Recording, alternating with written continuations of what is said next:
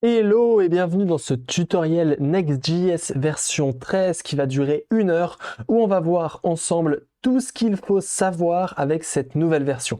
Je tiens à te prévenir, il y a pas mal de sujets et c'est sûrement les sujets les plus intéressants qui m'est été donné de traiter parce que personnellement ça fait 3 mois que je l'utilise et j'ai développé une application entière en Next.js 13. J'ai découvert toutes ces subtilités, tous les détails qu'il faut connaître et tous les pièges que tu vas éviter grâce à cette vidéo. Dans cette vidéo, on va faire de la théorie, mais on va aussi construire cette application. C'est une board list, c'est une application de board où les utilisateurs vont pouvoir proposer des idées et upvote les idées qui les intéressent le plus. Comme tu le vois ici, il y a plusieurs idées. On va pouvoir en créer une en mettant par exemple comment nommer mon chien. Et quand on crée le board, et tu vois qu'ici, il y a notre nouveau board qui vient d'apparaître, comment nommer mon chien. Et là, je vais pouvoir créer une proposition. Et dans cette proposition, je vais pouvoir mettre par exemple cookie et proposer mon nom cookie. Chaque personne a le droit à une proposition. Malheureusement, je suis tout seul, donc j'ai désactivé cette feature. On va pouvoir faire une deuxième proposition comme Jean. Et maintenant, on a nos deux propositions. On va pouvoir upvote les différentes propositions. De base, on ne peut que upvote une fois chaque proposition. Mais encore une fois, vu que j'ai pas d'amis avec moi, j'ai désactivé cette limitation. Et donc là, on voit qu'on peut upvote, ce qui va nous permettre de découvrir quels sont les éléments les plus votés qui seront évidemment affichés dans l'ordre. On va créer cette application entière, mais on va aussi explorer tout ce board où j'ai vraiment épongé le sujet. On va le voir ici. Dans Next.js 13 en 1 heure, on va découvrir le nouveau App Directory expliqué de manière la plus simple et efficace possible en te montrant des cas concrets et en faisant cette application. C'est-à-dire on va allier ce que j'adore, c'est-à-dire des schémas qui vont me permettre de visualiser les nouveautés, de visualiser comment ça fonctionne avec des exercices, enfin l'exercice que je viens de te montrer, qui va permettre de pratiquer de ton côté. On va faire une introduction aux Server Components, on va parler du paramètre des pages, on va parler des API Endpoint et des clients Components qui vont nous permettre d'interagir avec eux, et on va faire, à la fin, je te proposerai de faire 2 exercices de ton côté avec des vidéos bonus solutions qui permettront de valider tes connaissances sur les serveurs components. Durant cette vidéo, on va faire justement cette application d'upvote et pour ça, il va falloir commencer par setup le projet.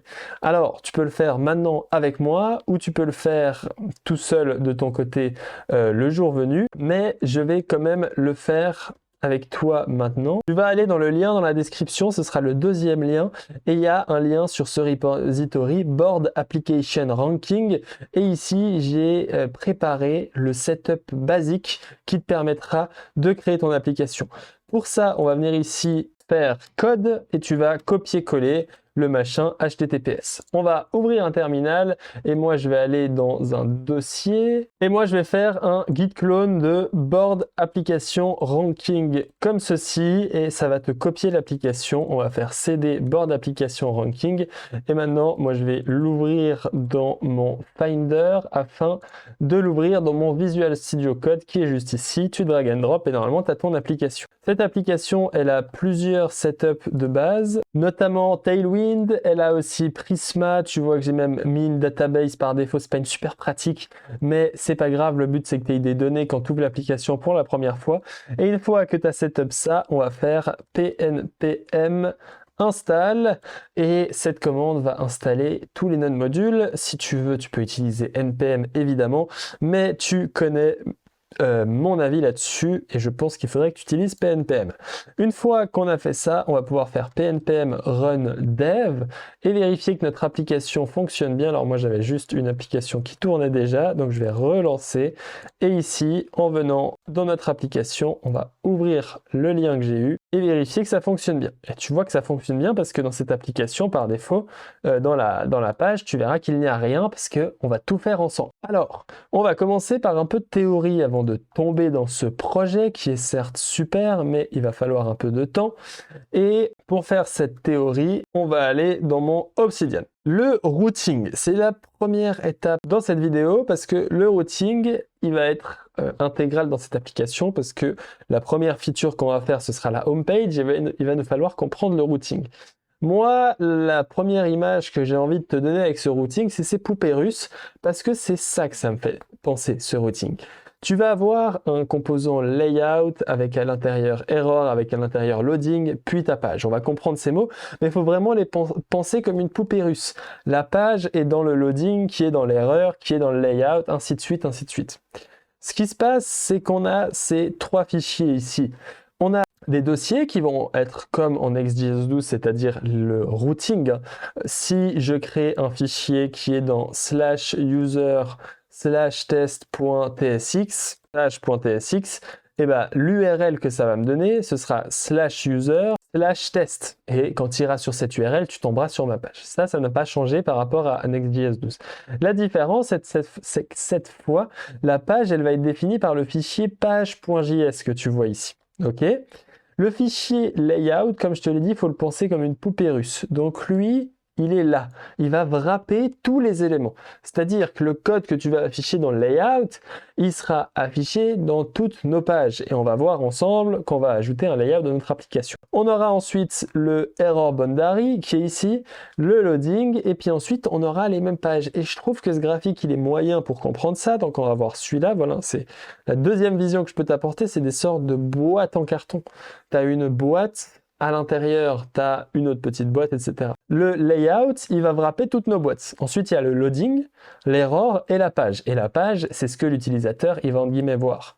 La page error, elle est là, mais elle ne s'affiche que si un des children throw une erreur.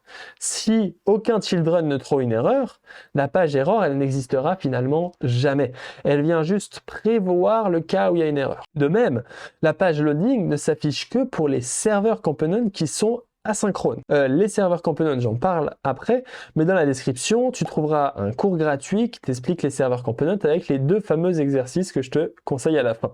Je te le dis maintenant parce que tu vas peut-être oublier d'ici là. Ce concept-là, en fait, il va pouvoir s'imbriquer. Et c'est ce qui se passe ici. C'est que là, on a un premier layout qui est à cet endroit et on a un deuxième layout qui est à cet endroit. Et ce layout, il va s'appliquer sur ce layout, et les deux layouts ensemble, ils vont s'appliquer finalement sur la page, et c'est ce qu'on voit ici. Mais ce que tu peux te dire, c'est que c'est comme s'il y avait une autre boîte, et on va pouvoir faire ça à l'infini. Ce layout, il va s'appliquer sur ce layout, et ce layout, il s'applique sur cette page. Et finalement, ton interface, toi, tu vas voir cette page avec ce layout-là et ce layout-là. Donc, c'est vraiment cet esprit de poupée russe, et comme la théorie ne suffit jamais, on va tout de suite faire un petit peu de pratique qui va nous permettre de rendre cette application un peu plus jolie. Ici, dans Layout, tu vois que ce layout principal, il définit le HTML et le body. Maintenant, dans ce body, on a notre children.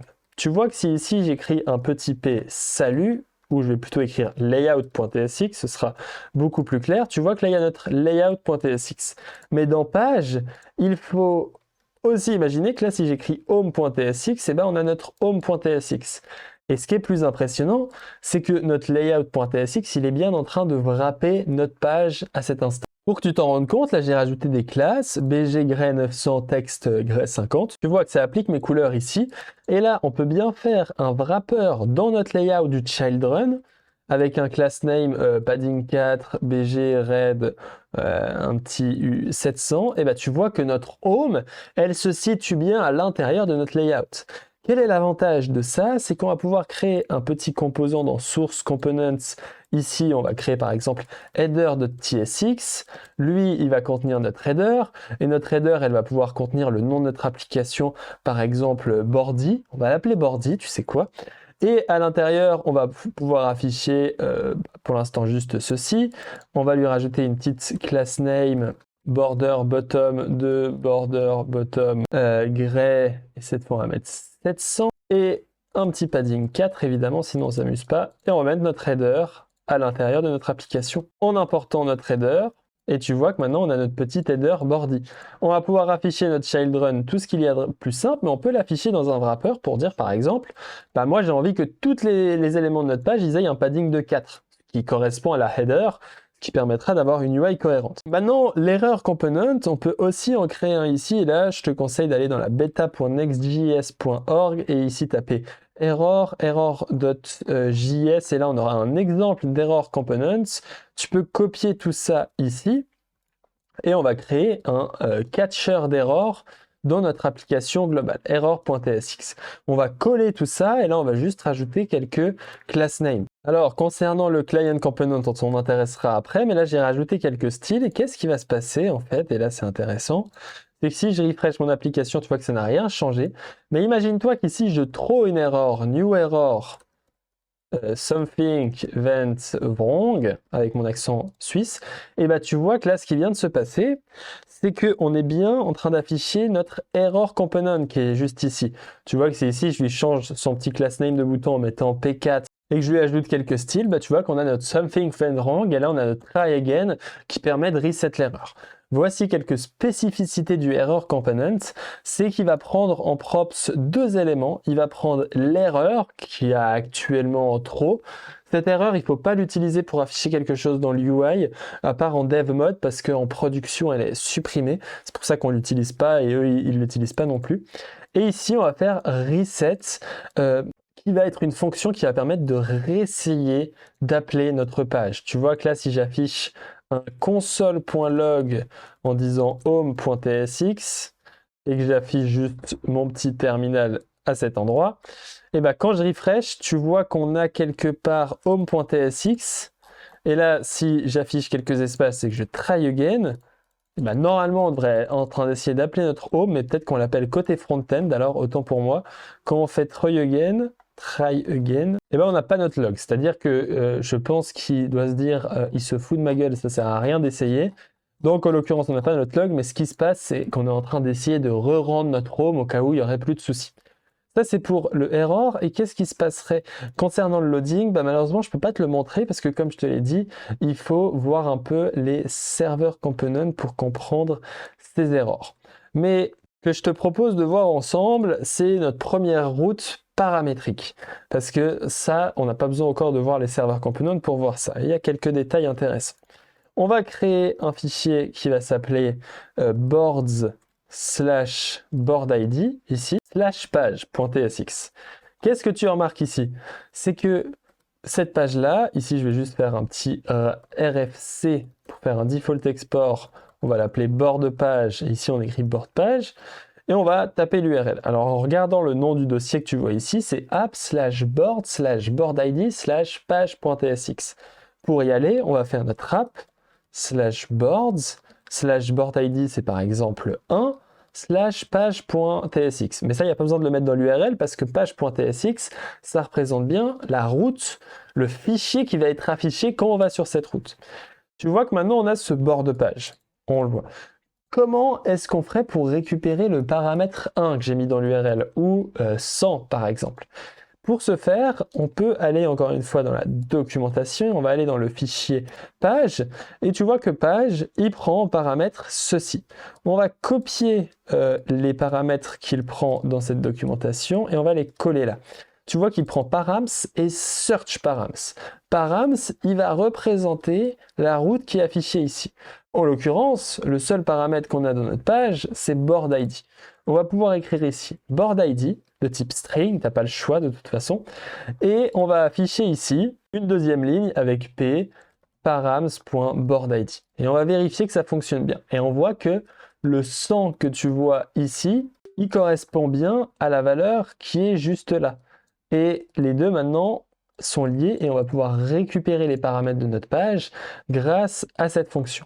On aura aussi le search param, et le search params, il va représenter les paramètres qu'on passe ici. Par exemple, si je mets test est égal à Melvin, c'est-à-dire je mets un paramètre dans l'URL, et que là j'affiche un petit json.stringify de search params, et bah tu vois qu'on a test Melvin. Et âge est égal à 14 et on a H14 dans notre composant. Donc vraiment pour récupérer les params, on fait juste ça. Comment est-ce qu'on fait dans le layout? Eh ben, tu peux le voir, ici on peut créer sans autre un fichier layout pour notre board, il n'y a pas de souci. Tu fais layout.tsx, tu mets un RFC, pardon, et ici on va l'appeler layout board. C'est bien d'avoir des noms un peu clairs, je trouve ça toujours sympa. Et là on peut prendre toujours les mêmes params et tu vas voir que lui aussi il va pouvoir récupérer les mêmes params. Et ici, je peux afficher, par exemple, boards, pour dire qu'on est dans les boards, et afficher en parenthèse params.boardID. Et tu vas voir qu'on a bien notre boards avec notre board ID à un détail près qu'on n'a pas vu ensemble. Et c'est drôle qu'on tombe sur ce cas-là. C'est que maintenant, où est passé notre json.stringify et tout le bordel qu'on a fait avant? Eh bien, ils sont passés à notre layout grâce au composant childrun. Pour faire ça, on va rajouter props with childrun et on va wrapper nos props avec ça. Si tu ne connais pas l'utilitaire props with childrun, le cours gratuit que tu auras accès à la fin avec les 2 exercices aura aussi une partie sur TypeScript que tu pourras accéder, ne t'inquiète pas. On aura ce search params, on va pouvoir enlever le search params, on ne l'utilise pas. Et là, il faut afficher le childrun. Donc, on a notre div ici. Imaginons qu'on dise que cette histoire-là, c'est un h2 avec entre parenthèses la valeur. Et ici, on aurait envie d'afficher le childrun. Et le childrun, props with childrun, en fait, si on regarde son implémentation, il vient ajouter childrun à nos props. Et donc, c'est pour ça qu'ici, je peux faire childrun et on voit bien qu'on a nos 2 éléments dès à présent, c'est-à-dire notre layout et notre page. Un élément intéressant, c'est que si on prend notre composant error et qu'on le met dans notre error, jusqu'ici, j'écris something that went wrong in board. Et voilà, ici, je ne pense pas qu'on peut récupérer les paramètres, mais on affiche ceci. Et maintenant, tu vas voir un truc intéressant, c'est qu'est-ce qui se passe si dans la page, j'affiche une erreur ici. Et ça, c'est très intéressant. New error, throw new error, invalide board params. On sauvegarde et là, on voit qu'on a une erreur. Mais remarque quelque chose, très important, c'est que l'erreur ici, elle a bien été catchée à ce niveau-là, vu qu'il y a mon board ici. Et si ici, je mets BG Red 500, si je mets BG Blue 500, tu vois que la bordure passe en blue. C'est-à-dire qu'on est bien dans le board. Ce qui est intéressant, c'est que l'erreur a été trop dans le dossier page, donc elle a été récupérée par le error. Et c'est ce qu'on voyait dans notre schéma ici. Hein.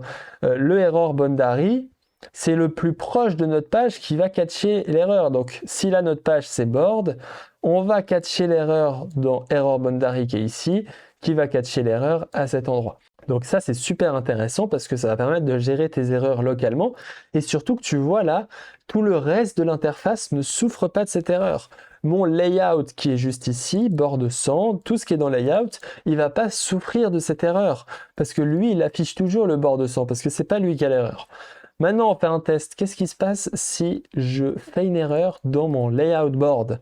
Invalide board params. Et bien, cette fois, on monte d'un cran dans l'erreur et c'est bien l'erreur de notre app qui est en train de catch notre erreur. Et on peut le voir si on met BG Blue ici pour voir, on voit bien que ça change notre élément. Donc, on est bien dans cette erreur ici.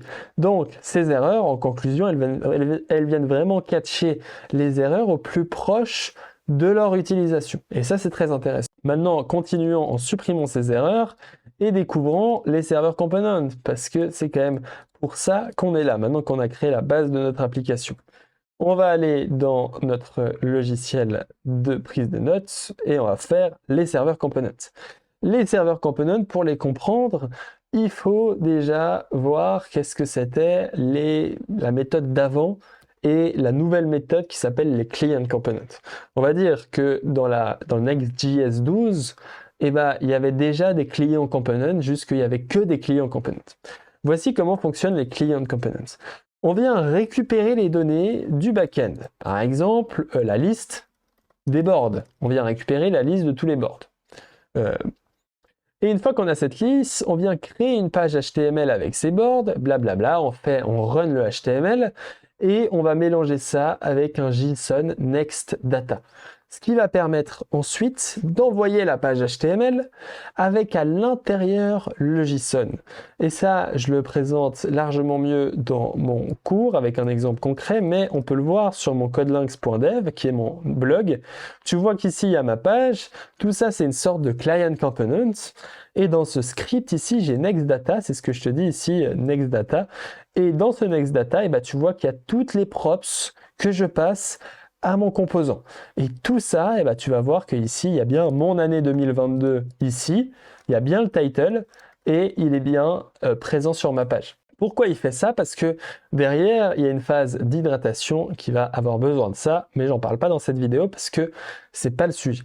On va, une fois que le client reçoit, donc ça c'était côté serveur, une fois que le client reçoit l'information, il va afficher la page HTML, puis il va fetch le JavaScript des composants. Et il faut savoir que le JavaScript des composants, ça représente le composant lui-même. Si je rends la page board, comme on l'a dit, la liste des boards, et ben on va fetch le JavaScript pour toute la liste des boards. Une fois qu'on a ce JavaScript, on va venir hydrater nos composants avec le fichier JSON. Le fichier JSON, il permet de faire en sorte que nos composants, notre fichier JavaScript qui n'a pas de props, et ben il récupère les props qu'on a générés côté serveur. Bref, c'est pas super simple. Si tu veux en savoir plus, avec le cours gratuit, tu auras accès à plein de produits, notamment mon cours Next React qui parle bien mieux que ce que je viens de te faire ici de l'hydratation. Ce qui est intéressant, c'est maintenant les serveurs components. Et tu vois que là, on a supprimé carrément toute la complexité. On est carrément sur un truc, il fait 4 lignes, c'est efficace, c'est parfait. Ce qu'on va faire, c'est qu'on va récupérer les données. Bon, ok, là, c'est la même chose qu'avant. On va créer la page HTML et on va envoyer la page HTML de manière 100% statique. Une fois qu'on est côté client, on affiche la page HTML. Et c'est déjà la fin de cette histoire. Et là, tu te dis, mais qu'est-ce qui se passe? Où est le JavaScript? Pourquoi on est retourné à l'époque de PHP? Toutes ces questions sont légitimes. Ce qui est intéressant, c'est de voir un peu la grande feature que ça apporte. C'est que ce qui se passait avant, si par exemple j'avais cette note before server component, eh ben, on aurait ce fichier, ces librairies qu'on importe, Marked et Sanitize HTML, qui font tous les deux X kilobytes, lui 35, lui 206, et ces deux fichiers, eh ben, ils vont être envoyés à notre client. Et notre client, quand il va fetch le JavaScript, quand il va vouloir fetch ce composant, il va devoir fetch toutes les librairies qui vont avec. Soit beaucoup de librairies, tout ça pour afficher du simple HTML. Les serveurs components, ça n'a rien à voir, parce que le fichier, c'est comme si on supprimait le bundle size de notre Marked et de notre Sanitize HTML. Ce qui a comme objectif et ce qui a comme résultat qu'on possède un fichier Markdown qui est maintenant vide, enfin un fichier HTML qui va être sans JavaScript, et on aura juste du Markdown, du coup juste du HTML, CSS. Comment est-ce que ça se produit ça? Et on va le voir très rapidement, c'est que notre utilisateur il fait une request à notre serveur. Le serveur il va avoir ce genre de fichier, par exemple ici user, et il va utiliser Prisma. Prisma, si tu connais pas, c'est un ORM Next Generation. Il va utiliser Prisma pour récupérer nos users, et il va rendre nos users dans notre page. Tu vois ici user.map, blablabla. Mais ce qu'il va envoyer au client, c'est pas ça. Il va envoyer ça, un fichier HTML avec une UL et des LI avec Didier, Jean et Pascal. Et ce sera juste et uniquement ça que notre client, notre personne ici, va recevoir. Et rien de plus. Pas de JavaScript, pas de NextData, pas de JSON en vrac, etc. On va juste recevoir ça de notre serveur. Et avant de passer à la suite, je pense que c'est le moment de tester. On va venir retourner dans notre application et on va baisser ça comme ceci. On va aller dans notre application et là on va refresh un coup, normalement il n'y a plus d'erreur. Et puis on va retourner sur la route. Qu'est-ce qu'on a envie sur la route?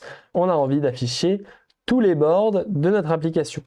Pour faire ça, on va venir dans App et là on va faire la chose la plus importante pour un server components, c'est d'afficher un bouton E5. Export default E5 function home. Et ici on va faire une requête en utilisant Prisma, en faisant board est égal à await de prisma.board.findMany. Tu vois que Prisma ici, il n'est pas importé. De ton côté, pour l'importer, il te suffit de venir ici, écrire import Prisma, et ça va t'importer Prisma. Prisma, qu'est-ce que c'est? Tu vois que si je le définis ici, avec une petite erreur qui est du fait qu'il faut lancer la commande npx prisma generate, qui va permettre de générer notre Prisma client, et une fois que c'est fait, on va relancer notre serveur, on va refermer ce terminal. Désolé pour ce petit contretemps. Et une fois que tu as fait la commande generate, tu vois qu'on a notre board et il n'y a plus l'erreur qui était là avant. Ce qui va se passer maintenant, c'est qu'on va pouvoir afficher notre composant et là on va afficher notamment les éléments du board en faisant un UL et boards.map de board qui va sur board card. C'est un composant que j'ai déjà créé à l'avance dans le projet que tu as téléchargé parce que le but c'est de t'apprendre à faire du Next.js et j'ai pas forcément envie de t'apprendre à faire du simple HTML. Alors ici il a dit qu'il n'était pas content, autant te dire que c'est parce que j'ai mis cette parenthèse ici. Et une fois que tu as fait ça, on vient fermer tout ceci et maintenant on aurait théoriquement nos boards. Mais de toute évidence, il n'a pas envie de m'afficher les boards. C'est parce que finalement, il n'y avait pas de données par défaut dans mon repository.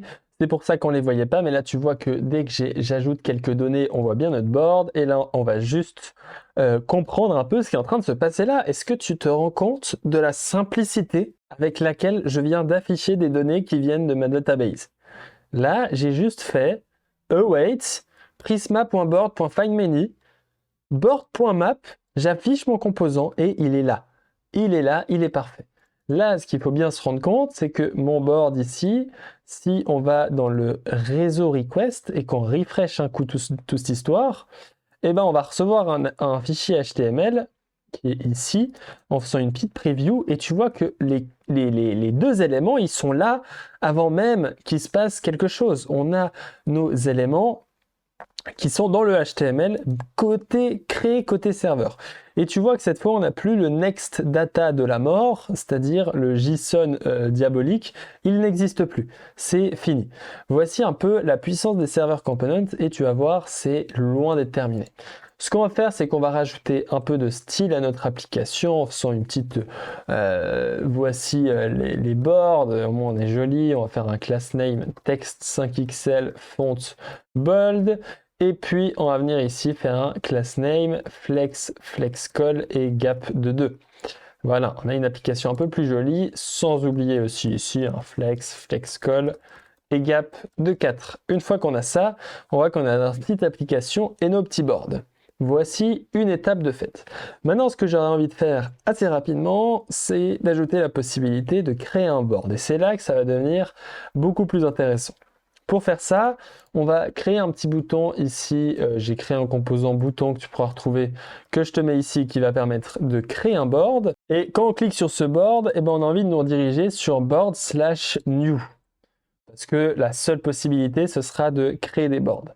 Pour créer une redirection de board/new dans notre application, on va aller sur board ici.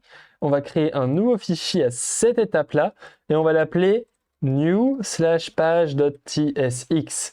Et là, tu vas voir que si je fais un RFC pour écrire new board page, on fait ça comme ça. Et là, quand je clique ici, eh ben, on arrive bien sur le new board page. Tandis que si ici, je mets 1, on arrive sur la page qu'on avait testée avant. Mais ici, les priorités sont données au fichier qu'on est en train de nommer. Du coup, en l'occurrence, ma new board page, c'est bien l'élément qui passe en priorité. Cette new board page, elle va avoir un formulaire qu'on va créer ensemble dans le même fichier, dans le même dossier. Vu que Next.js se base maintenant encore plus sur le nom des fichiers, l'avantage c'est qu'on peut venir ici créer un fichier qui s'appelle par exemple new board form ou je ne sais pas comment tu veux l'appeler, moi je vais l'appeler juste board form. Et ce fichier, malgré qu'il soit dans le dossier /new, là, malgré qu'il soit dans l'app, eh ben, je ne peux pas y accéder en faisant /board form par exemple. Ce sera une 404 qu'on va recevoir. Et ça, c'est pour une raison qu'il n'y a que les fichiers spécialement nommés comme page, layout, etc. qui se nomment comme ça. Tu peux te demander si c'est chiant tous ces noms de fichiers. Alors au début, pour moi, c'était chiant. Mais après l'avoir fait, après avoir créé 50 pages, eh ben, on s'habitue plutôt bien, donc ne t'inquiète pas, ça va aller.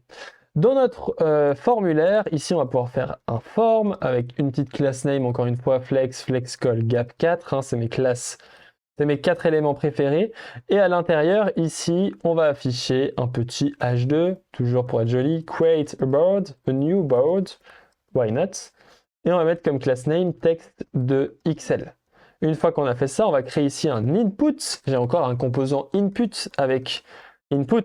Pardon, ne me faites pas de commentaires pour me dire que j'ai dit input ou input. Bref, on crée un input put title et on va créer un bouton qu'on va mettre de type submit et qui va contenir create board. Une fois qu'on a fait tout ça, et ben là, on va l'afficher dans notre new board page en faisant ici New Board Page Form. Et là, tu es en train de te dire, Melvin, mais qu'est-ce qui va pas chez toi? Pourquoi tu n'as pas tout créé dans cette page?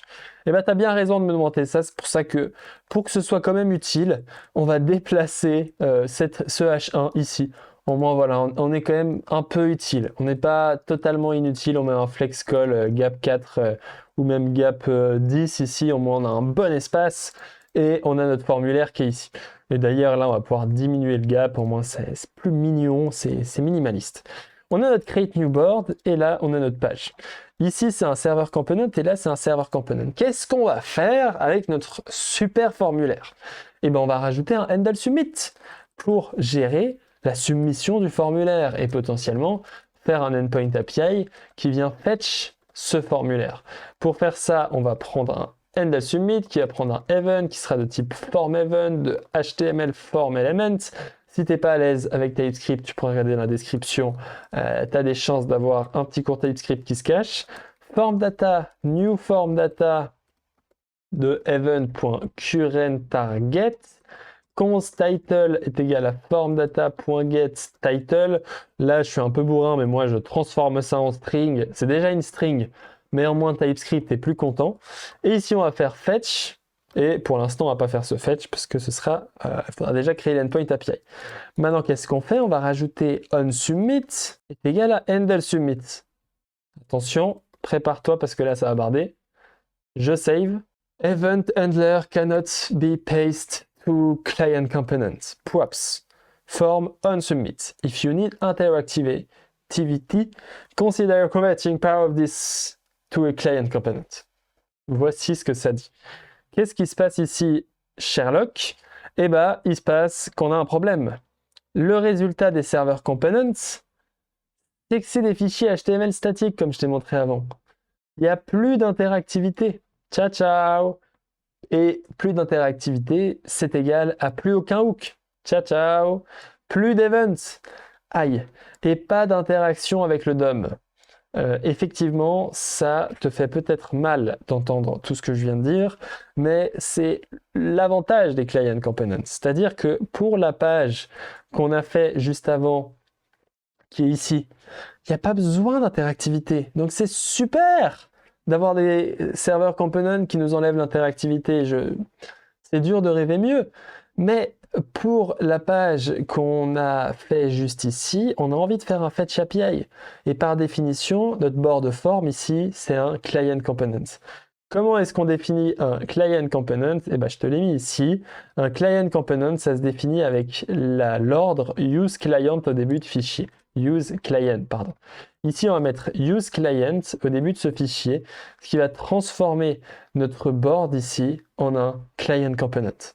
Et tu es en train de te dire que c'est génial et je te valide que c'est assez cool, ce client component, parce que maintenant, on peut ajouter de l'interactivité. Pour ajouter de l'interactivité, on va devoir déjà créer notre API. Et notre API, bah, elle se cache dans le folder page/API ici. Parce que l'API n'a pas été changé d'endroit. Donc, pour créer notre event handler, on va créer un API qui va s'appeler boards/index.ts. Et ici, on va pouvoir créer un event handler avec request et response et afficher ceci comme ça. Nous, la seule méthode qu'on va accepter, c'est rec.method post. Donc, si c'est pas complètement égal à post, ici, ce qu'on va faire, c'est res.statut de 405.end. Et puis, on return. Dans le cas où c'est post, ici, on va pouvoir définir le type de data, c'est-à-dire le type de retour. On va faire un board et on l'importe de Prisma Client. Une fois qu'on a fait ce board, on va venir devoir récupérer le body. Pour ce body, moi je te propose de créer ce qu'on appelle un schéma Zod en faisant ceci. Et ceci va définir un schéma Zod qui va valider qu'on a bien les bonnes données qui viennent de notre client, la request qu'on est en train de recevoir. Si tu ne sais pas ce que c'est Zod, encore une fois dans la description, tu retrouveras, je pense, le meilleur cours pour découvrir Zod avec moi. Donc, il y a quand même des chances qu'il faut que tu y ailles là, faut te lancer, mon frère. Une fois qu'on a fait ça, on va récupérer le body et pour ça, on va faire cette longue ligne body scheme.parse de json.parse de rec.body. Le rec.body, évidemment, ça contient le body. Par défaut, avec Next.js 13 en tout cas, il n'est pas parsé. Il faut savoir que ça dépend. Tu peux configurer ta route.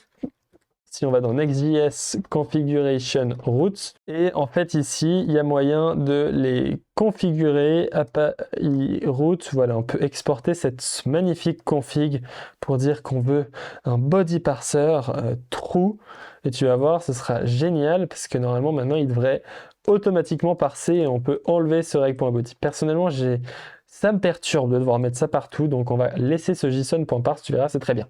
Une fois qu'on a fait ça, on va devoir créer notre board, et pour ça, on va encore une fois utiliser Prisma, et tu vas voir, Prisma, c'est super simple, comme je t'ai dit, c'est le Next Generation ORM. Si tu connais pas Prisma, dans la description aussi, tu trouveras un super truc sur Prisma. On va faire board est égal à await prisma.board.create. Alors là, j'ai un bon accent français. Et on va mettre title body.title. Voilà, c'est Copilot qui a décidé de se réveiller. Il se réveille que dans certains fichiers. Une fois qu'on a créé notre board, on va retourner un res.statut 201. Parce que le 201, ça veut dire que l'API a créé notre objet. Et là, on va passer notre board. Et tu vas voir, la magie va commencer à s'enchaîner dès maintenant. On va venir dans notre board form. Ici, on va faire un fetch qui va appeler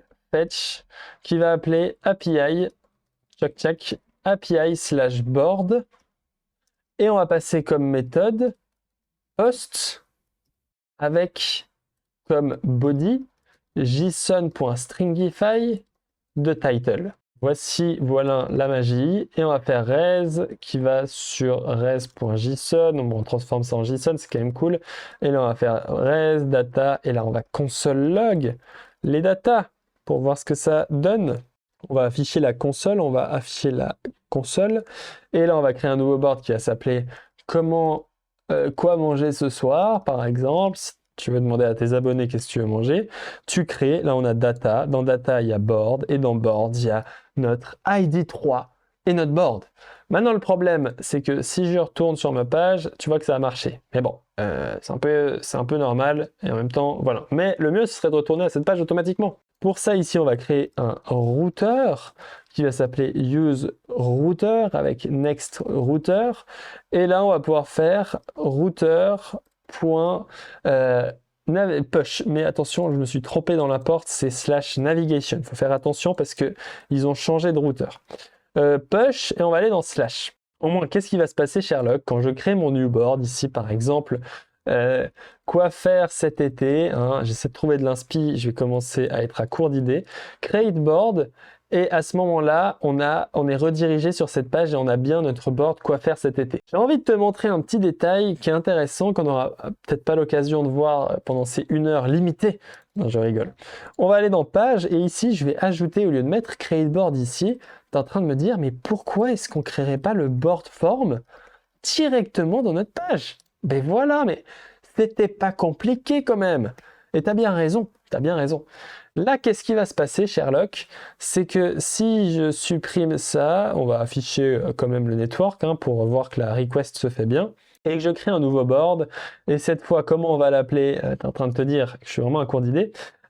On va l'appeler pourquoi aller dormir à 9h du matin? C'est quand même une sacrée question. On va faire create board. On voit que la request s'est bien passée. Et ça a marché parce que j'ai utilisé le router.push. Mais on va enlever ce router.push parce qu'on est déjà sur la page. Ça ne sert à rien de rediriger une page sur laquelle on est déjà. Je m'excuse pour cette petite incompréhension. On va créer un nouveau board qui va s'appeler quel repas manger à midi. Et je vais create board. Tu vois que côté API, on a bien le create board qui a fonctionné. Mais côté front, ici, notre update n'a pas été modifié. Et là, on ne peut pas faire comme tu sais, j'imagine, avec React, en ayant un useState et en faisant un push de data dans useState. Je ne peux pas push data dans useState parce que ça, c'est un client component qui n'a pas de state, qui est complètement statique, qui est un fichier HTML, tout ce qu'il y a de plus standard. Et ça, c'est problématique. Pour résoudre ce souci, Next.js nous propose la fonction router.refresh. Et on n'est pas en train de refresh la page. comme tu pourrais le penser en faisant commande R ou CTRL R, on est véritablement en train de refresh les données de la page. Et là, ce qui va se passer, c'est assez dingue, et on va afficher en grand, mais en très grand, la console. On va créer un board qui va s'appeler « Pourquoi j'aime les chiens ?» parce que j'aime vraiment les chiens. Et on va créer le board, et là, deux appels API. Et là, on met bien nos lunettes, et on analyse ces appels API.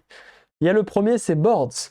Et boards, il va contenir le résultat qu'on vient d'avoir de l'API. Et le deuxième qui se fait instantanément après, c'est un fetch de notre page. Et là, tu vois que c'est un charabia monstre qui ne sert à rien de comprendre. Mais dans tout ce charabia, je pense qu'il y a un monde où c'est écrit « Pourquoi j'aime les chiens ?» Et tu vois qu'en fait, on vient recevoir via une stream en JSON satanique pourquoi j'aime les chiens, on vient recevoir les nouvelles données et Next.js va se charger de purger les anciennes données et de rajouter les nouvelles. Là, tu vois que si on regarde un peu à quoi ça ressemble, j'ai pas envie de mettre mes lunettes d'expert, mais j'ai l'impression qu'il passe des props. Bref, on va pas analyser ce code dans cette vidéo, c'est pas le plus intéressant. Mais on a bien notre pourquoi j'aime les chiens qui apparaît parce qu'on vient récupérer en fait les fresh data du serveur. Bon, on va laisser ça comme ça. Et on va passer à la suite, qui est tout aussi intéressante avant de terminer cette vidéo. On va aller dans Board ID, parce que là, quand on clique ici, eh ben, on n'a rien. Premièrement, parce que je me suis foiré dans le lien. Donc là, dans Page, toi, tu n'auras pas cette erreur, mais c'est /boards avec un S, ce serait sympa. Et maintenant, on va retourner ici, on va cliquer là, et on arrive bien sur notre board page 2. Qu'est-ce qu'on va faire dans notre board page 2?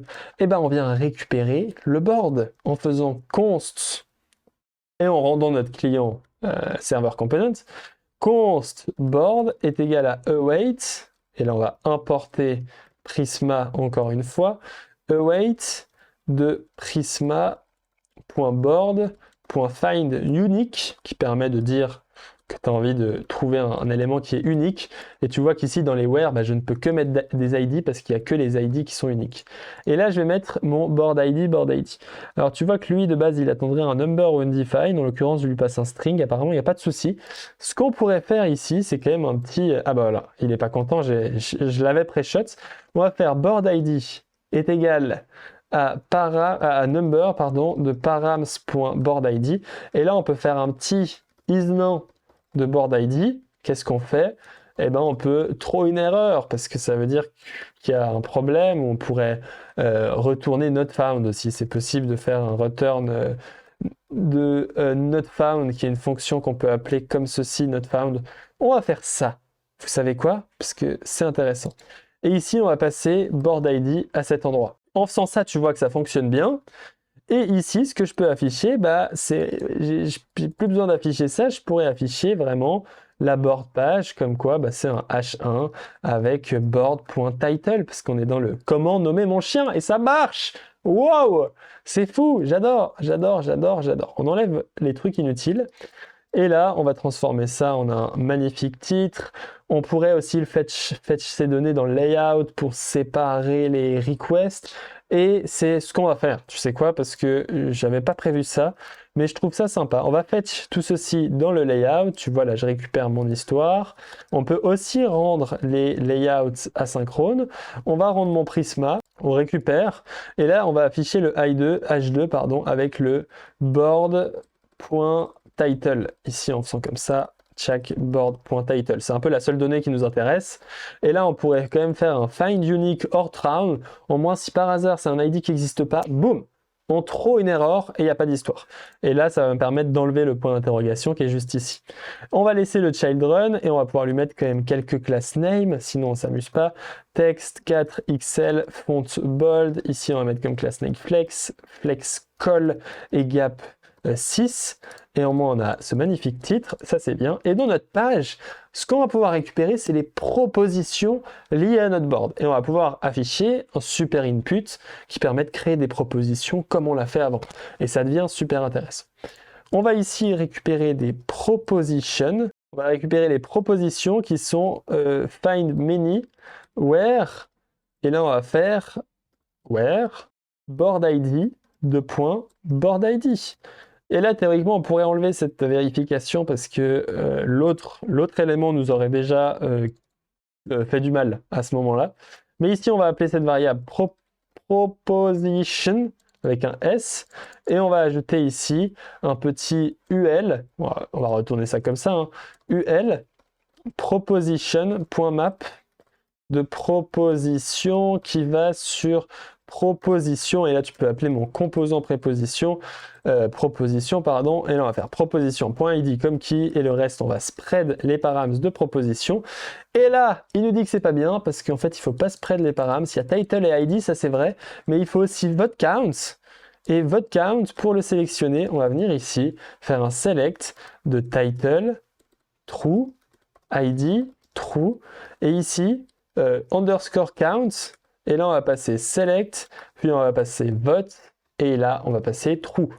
Et ce qui va nous permettre de passer la props vote count via proposition.count.vote. Et normalement en faisant ça, on n'a plus d'erreur TypeScript, c'est super. Et maintenant on a bien notre proposition. Il y a juste un souci, c'est qu'il faut qu'on ajoute le proposition form. Ici on va rajouter propositionForm.tsx.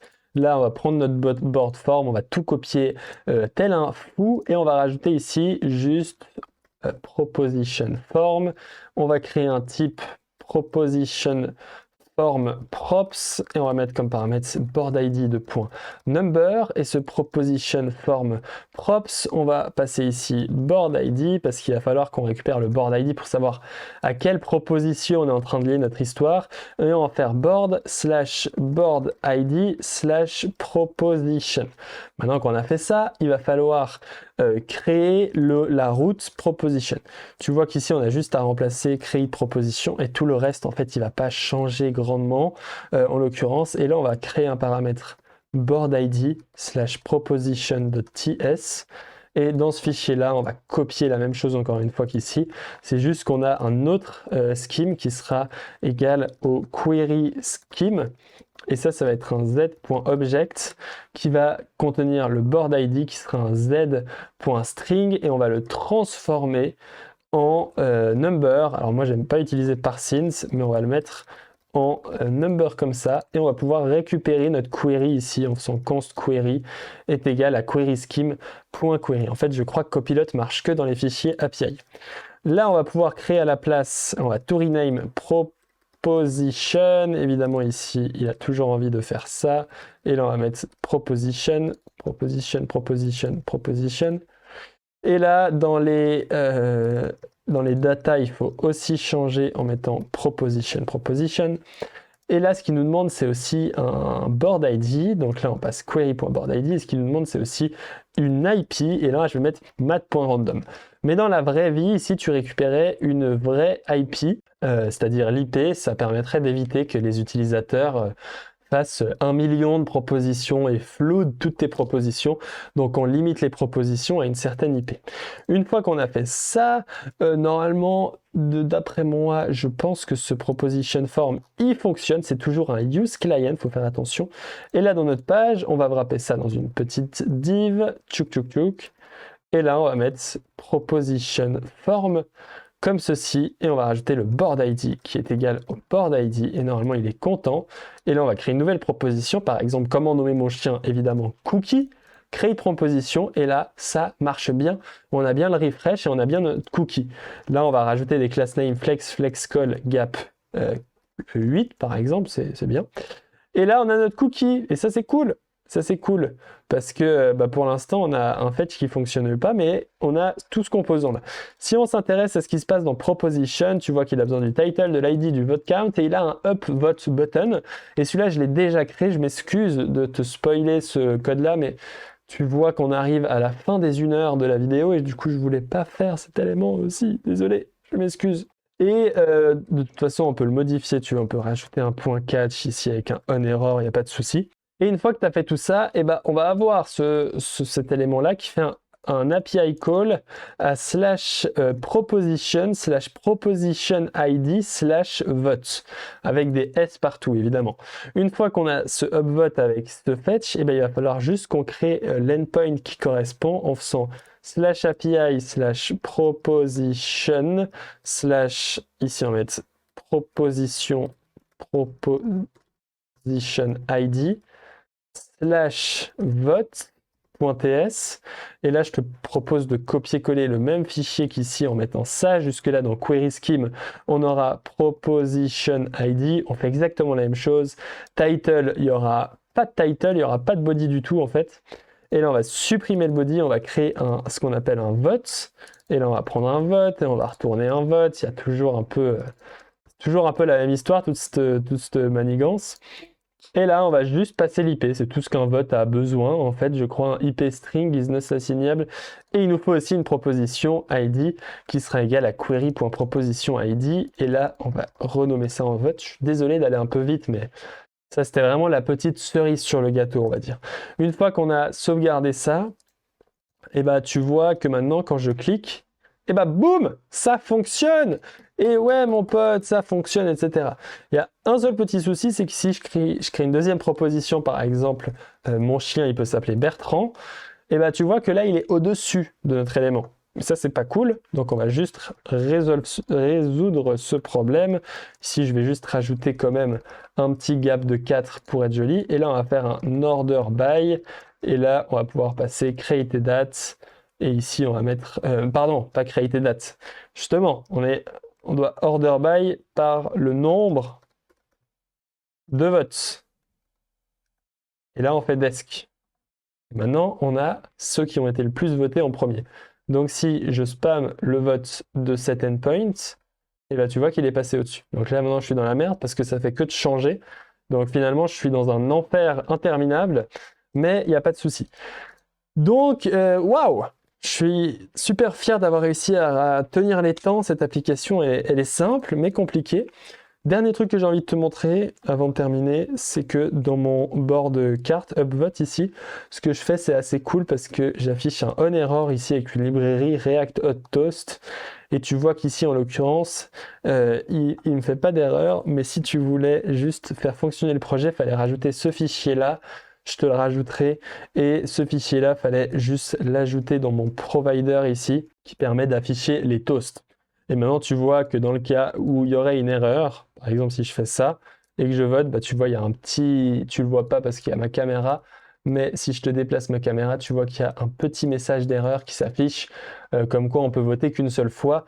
Ça, c'est dans le cas où tu utilises des vrais IP. Je te laisse cette étape-là si tu as envie d'aller plus loin dans cet exercice. C'est toujours très intéressant. Tu vois que là aussi, je tape le router.refresh. Donc, c'est pour ça que les numbers affichés dans votre count ici fonctionnent. On pourrait aussi faire de l'optimistic update. Mais si tu as envie de découvrir qu'est-ce que c'est l'optimistic update et comment créer des meilleures applications, eh ben, je te conseille fortement de rejoindre mon cours. Dans la description, tu pourras trouver un cours gratuit que tu vois juste ici avec plusieurs éléments. Tu vois ici, il y a des schémas en plus, il y a des explications, il y a surtout des exercices à faire de ton côté avec des solutions, avec des précisions. Et tu auras aussi un cours React Query qui ira avec où tu as encore une fois des exercices, des vidéos et plein d'autres éléments. Je te conseille de profiter de ces cours-là parce que là, tu as vraiment vu 3% de ce que j'ai à offrir. Ça, c'était des schémas, mais j'ai dû t'en cacher parce que sinon ça durait trop longtemps, mais j'ai optimisé tout ça dans un bundle bien plus clair et bien plus précis grâce au cours gratuit que j'ai mis dans ma description et au cours Next React qui t'apprendra à gérer l'écosystème React d'une main de fer. Et c'est ça qu'on aime. J'espère que tu as apprécié cette vidéo. Moi, j'ai apprécié de la faire. J'ai un peu plus de voix parce que j'ai parlé presque non-stop depuis 1 heure. Mais si tu as envie de me soutenir, abonne-toi à cette chaîne YouTube, like cette vidéo et partage-la à quelqu'un qui veut apprendre Next.js. N'hésite pas à mettre ton commentaire pour m'expliquer qu'est-ce que j'aurais pu faire mieux, qu'est-ce que j'aurais dû faire moins bien. Sur mon stream ici, j'ai fait pile 1 heure, mais je vais bien évidemment cutter plein de petits moments où j'ai dû résoudre quelques problèmes en off ou d'autres éléments ou quand je suis allé boire par exemple. Bref, merci beaucoup de m'avoir regardé. On se retrouve pour une prochaine vidéo. Abonne-toi, partage cette vidéo, like, commente. Merci beaucoup. Il faudrait que je trouve une petite outro de fin. Mais en tout cas, je te remercie d'avoir regardé tout ça. Oui, j'ai plus de salive. Oui, j'ai plus de salive. Je m'excuse. Allez, ciao, ciao.